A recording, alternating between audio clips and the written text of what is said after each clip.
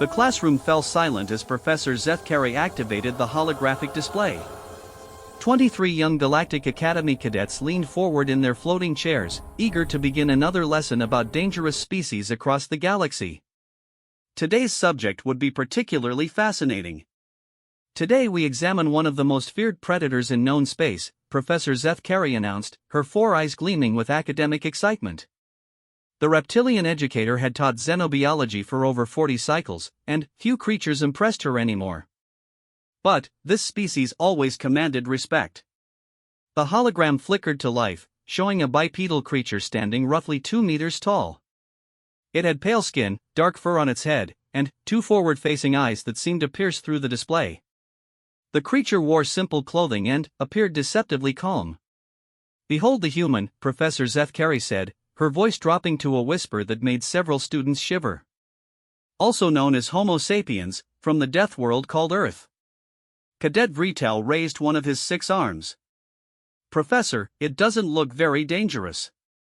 No claws, no fangs, no armor plating. Are you certain this is a predator?" The professor's mandibles clicked in what passed for laughter among her species. "Ah, young Vretel, that is precisely what makes them so terrifying. They hide their true nature behind a facade of harmlessness." She manipulated the hologram, zooming in on the human's face. "Look at those eyes. See how they face forward? Classic predator trait. Their entire evolutionary path was shaped by hunting and killing." The display shifted to show various human activities throughout history. Ancient humans chasing massive woolly creatures across frozen plains. Warriors in metal armor clashing with swords. Soldiers moving through jungles with advanced weapons. For over 200,000 standard years, these creatures have refined the art of violence, Professor Zethkari continued. They call it warfare, and they have elevated it to levels that would make a Korthak battlemaster weep with admiration. Cadet Lisa, a peaceful herbivore from the gentle worlds, raised her delicate hand. "But, Professor, surely they must have evolved past such primitive behaviors? Most species abandon violence once they achieve space travel." "Not humans," the professor replied grimly. "When they first encountered other species, what do you think they did? Did they offer gifts? Share knowledge? Seek peaceful contact?" The students waited in nervous silence. "They immediately began categorizing which species would make the best soldiers," she continued. "Within 1 solar cycle of first contact, humans had established military academies, defense contracts, and mercenary guilds. They turned their talent for violence into the galaxy's most profitable industry." The hologram now showed human soldiers working alongside various alien species. But, even in these cooperative scenes, something unsettling remained in their posture, their eyes, their constant awareness of surroundings. "Observe their movement patterns," Professor Zethkari instructed. "Even in peaceful situations, they maintain what they call situational awareness. They constantly scan for threats, plan escape routes, and identify potential weapons in their environment. A human can enter a room and, within moments, know 17 different ways to kill everyone present." Cadet Thrombach, whose people were known for their strength, scoffed. "Surely you exaggerate, Professor. My people have fought humans in sporting competitions.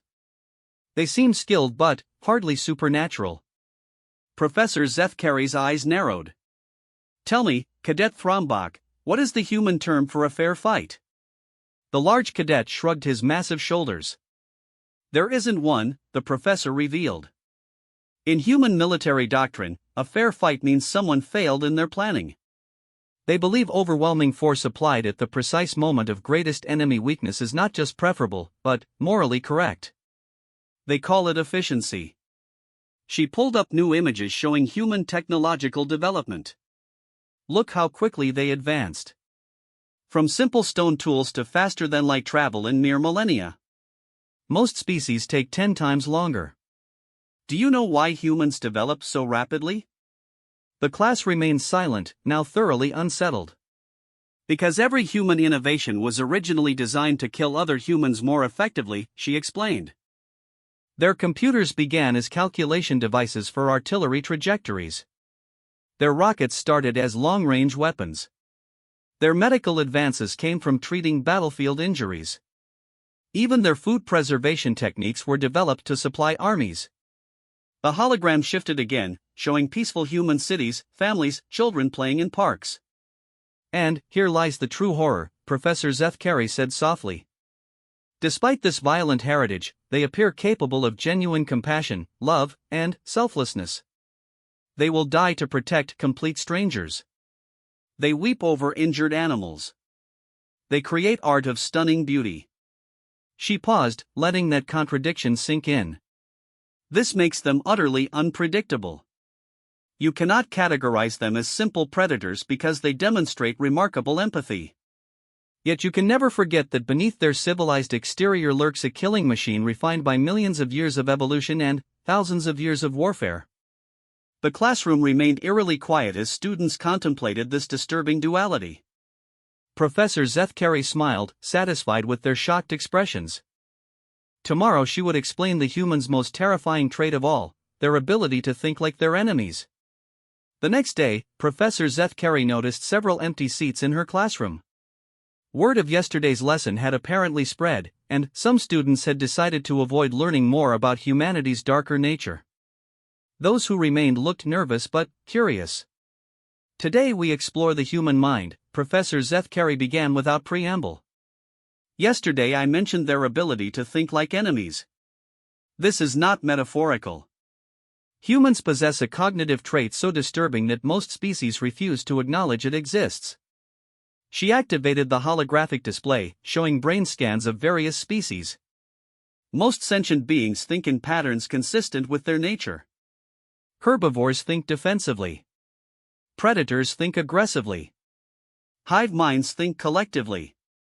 But humans. The human brain scan appeared, and several students gasped. Unlike the orderly, predictable patterns of other species, the human brain showed chaotic, interconnected activity across multiple regions simultaneously. Humans think in contradictions, the professor explained. They can simultaneously plan a children's birthday party and a military assault. They can feel genuine love for family while calculating how to destroy enemies. This cognitive flexibility makes them uniquely dangerous. Cadet Mordun, whose species valued logical thinking above all else, raised his crystalline hand. Professor, surely such mental chaos would be debilitating? How can they function with such disordered thoughts? But that's where you're wrong, Professor Zethkari replied.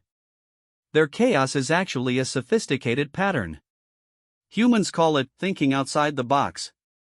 They deliberately break logical frameworks to find unexpected solutions.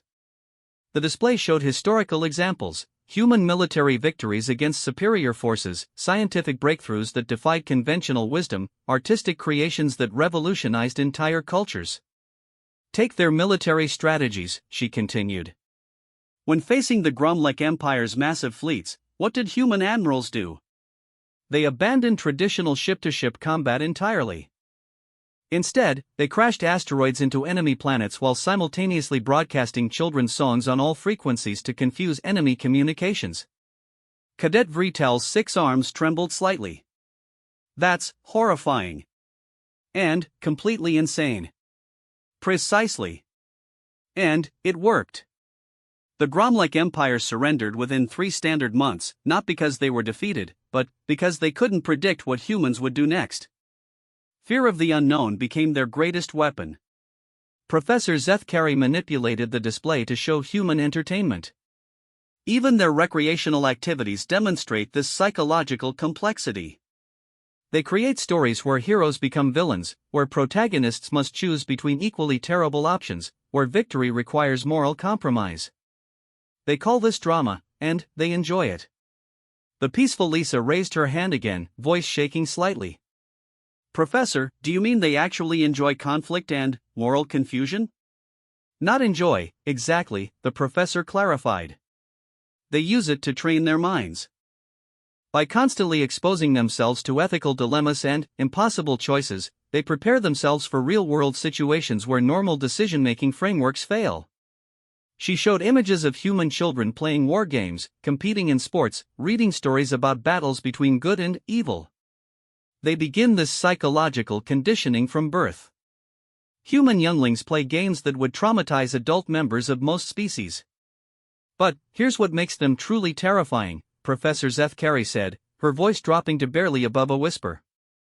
They can switch between these different thinking patterns instantly. A human doctor can spend the morning saving lives with gentle compassion, then spend the afternoon designing weapons of mass destruction with cold efficiency. They call this compartmentalization. The hologram now showed a human settlement during peacetime.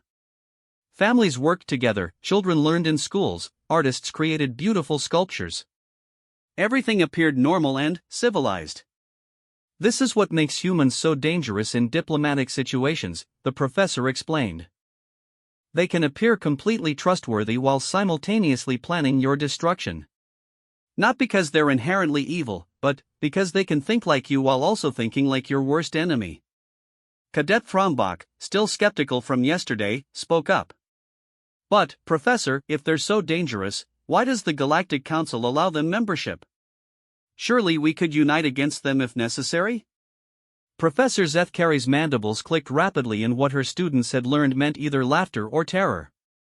Cadet Frombach, humans anticipated that question approximately 30 seconds after first contact with galactic civilization.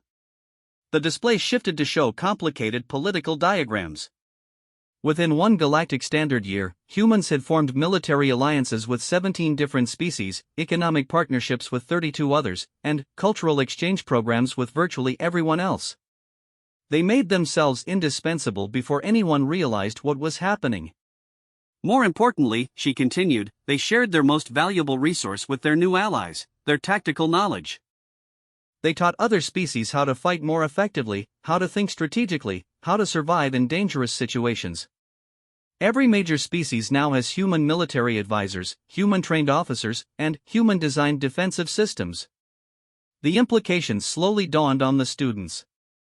Cadet Mordun spoke first, his voice filled with crystalline horror. They've made it impossible to fight them because fighting them would require using their own methods? Exactly. And, here's the most chilling part, Professor Zeth Carey said. They did this not through conquest or force, but by making themselves genuinely useful. They solved problems, saved lives, shared knowledge freely. They made the galaxy a safer, more prosperous place. She paused, letting the contradiction sink in.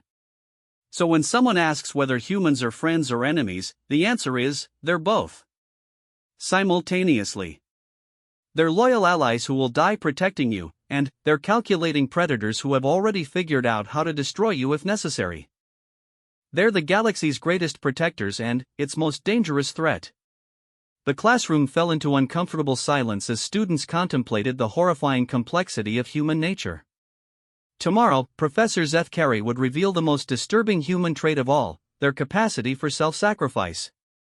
Professor Zeth Carey entered her classroom to find only 12 students remaining.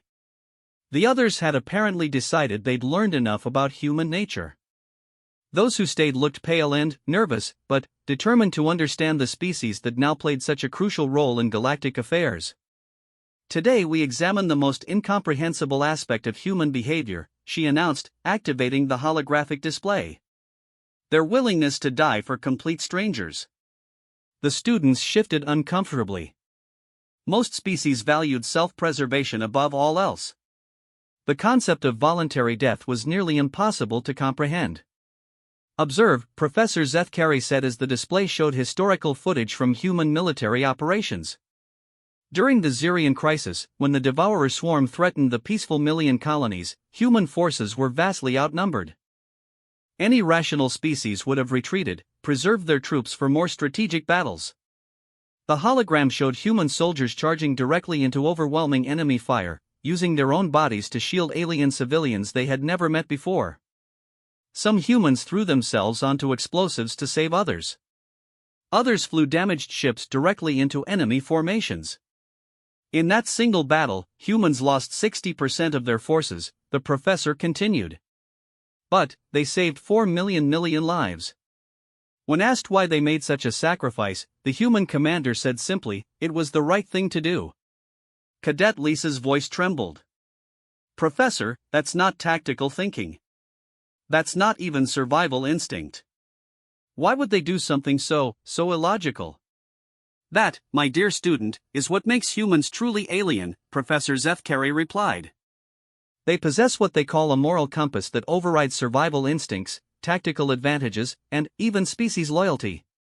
They will die for abstract concepts like justice, freedom, and protecting the innocent. The display shifted to show human rescue operations during natural disasters across the galaxy. Humans rushing into collapsing buildings to save trapped aliens. Human medical teams volunteering for plague zones where survival rates were minimal. Human engineers sacrificing themselves to prevent reactor meltdowns that would kill millions. This behavior appears in every human culture, across all their history, the professor explained. They call it heroism, but it's actually a form of controlled insanity. They deliberately choose certain death when alternatives exist. Cadet Vretel raised multiple arms in confusion. But, Professor, this contradicts everything you taught us about human tactical thinking. How can they be brilliant strategists and suicidal heroes simultaneously? Because, Professor Zethkari said slowly, humans operate on multiple levels of priority. Yes, they plan brilliantly for victory. Yes, they think tactically about survival and success.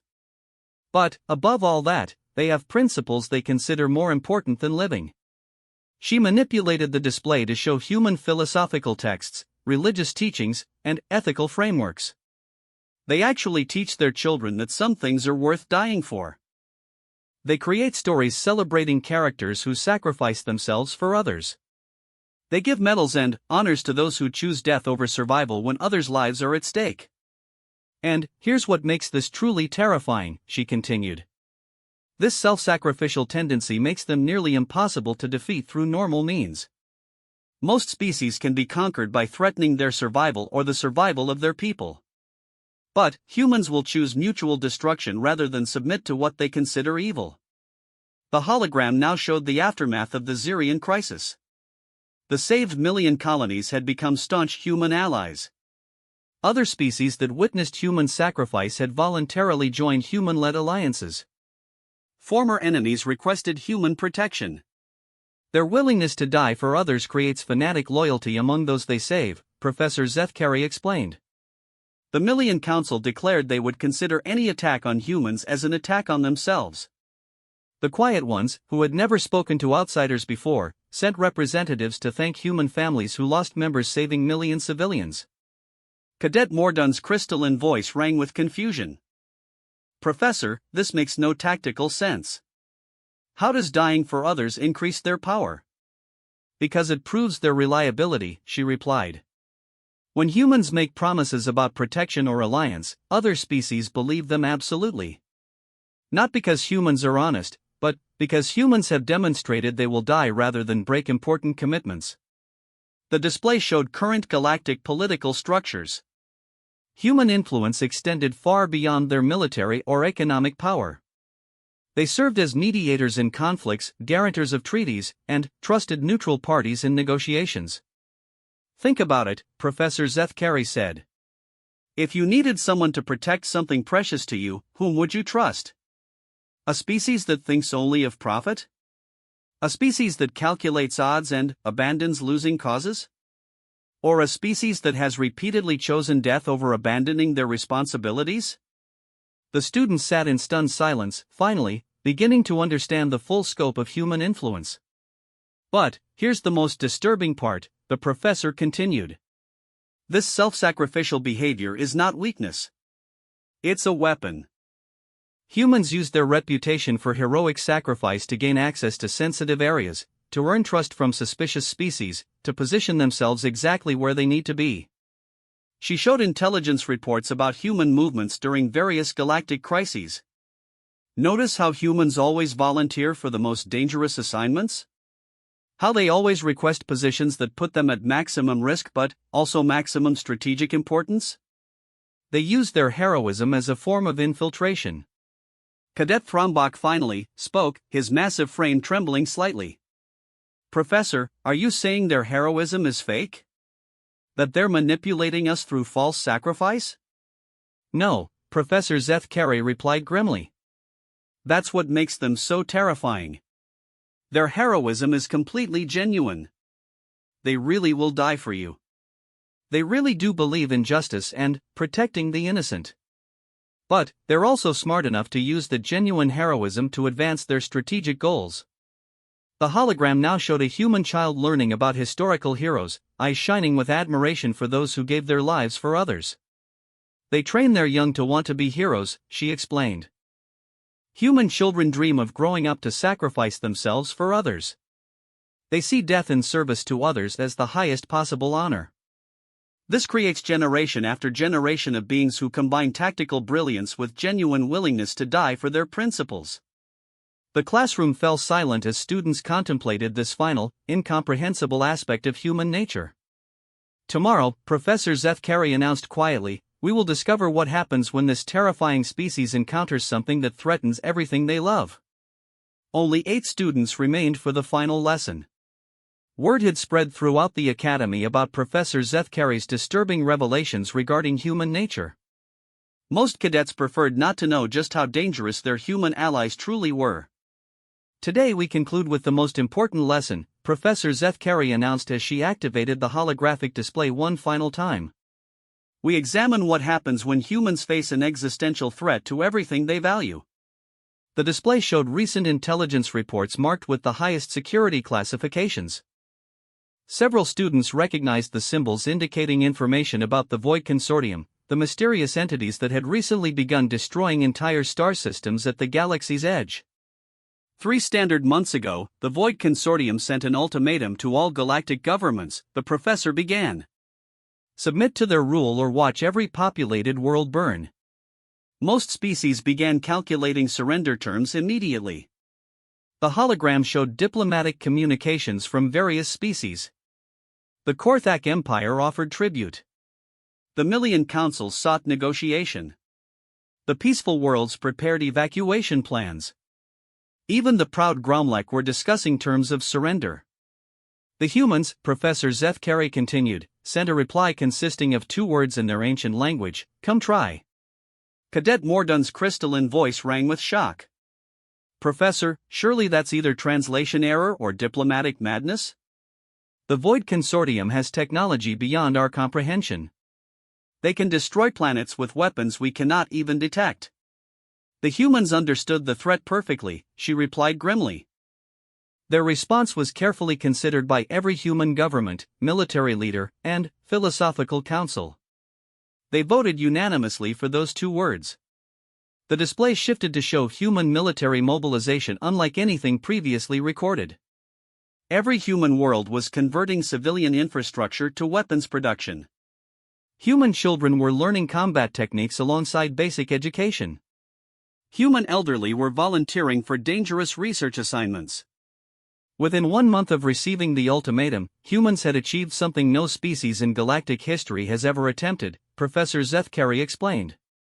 100% military mobilization of their entire species. She showed production statistics that made several students gasp in disbelief. They converted every factory, every laboratory, every school into military assets. Human civilians were designing weapons while human soldiers were learning advanced physics. Human children were building ammunition while human scientists were developing new tactics. But, Professor, Cadet Lisa interrupted, surely they realize they cannot win? The Void Consortium destroyed the entire Helix Nebula civilization in minutes. What could humans possibly do against such power? Professor Zeth Carey's mandibles clicked rapidly, and her 4 eyes gleamed with something between admiration and terror. They're not planning to win, dear student. They're planning to make victory so costly that the Void Consortium will regret ever threatening Earth. The hologram now showed human research projects marked with classifications beyond anything the students had seen before. Weapons that would destroy entire solar systems. Biological agents designed to survive in any environment. Self-replicating machines programmed to consume all available matter and convert it into more machines. The humans call it the Samson Protocol, she explained. If they cannot protect what they love, they will ensure their enemies gain nothing from destroying it. They are developing weapons capable of sterilizing the entire galaxy. Cadet Thrombach's massive frame shook. Professor, that's genocide on an unimaginable scale. They would kill everyone? They would kill everything, she corrected. Every planet, every star, every trace of life or civilization. They have calculated that if Earth falls, they will trigger weapons that turn the entire Milky Way galaxy into a lifeless void. The students sat in horrified silence as the implications sank in. And, here's what makes this truly terrifying, Professor Zethkari continued. They're not doing this from rage or revenge. They're doing it from love. They believe that a universe where the Void Consortium exists is not worth preserving. The display showed human families spending what might be their final days together, human artists creating beautiful works even while building weapons of mass destruction, human leaders calmly signing authorization for galactic annihilation while tears streamed down their faces. They see this as protecting future generations across all of space and time, she explained. Better to end everything now than allow evil to spread. They are willing to commit universal murder to prevent universal slavery. Cadet Vrital raised trembling arms. But, Professor, surely someone will stop them? The Galactic Council, their own allies? The Galactic Council tried, Professor Zethkari replied. Human representatives politely explained that any attempt to interfere with the Samson Protocol would be considered an act of war. They suggested that other species focus on evacuation plans rather than trying to control human decisions. She paused, letting the threat sink in. And, their allies, she continued. The million councils have volunteered to help with weapons production. The quiet ones have shared their most closely guarded technological secrets. Former enemies are requesting permission to fight alongside humans rather than risk human defeat. The hologram now showed the current state of galactic affairs. Every major species was either actively supporting human military efforts or desperately seeking neutrality agreements. Trade routes had been reorganized to supply human war production. Scientific research was being shared freely to support human weapons development. Because, Professor Zethkari explained, every species in the galaxy now understands what I have been teaching you. Humans are not like other predators. They do not hunt for territory or resources. They do not fight for dominance or survival. She manipulated the display to show the original image of a human that had started these lessons days ago. The creature still appeared deceptively harmless, but now the students could see the terrible truth hidden behind those calm features. Humans fight for principles. They kill for love.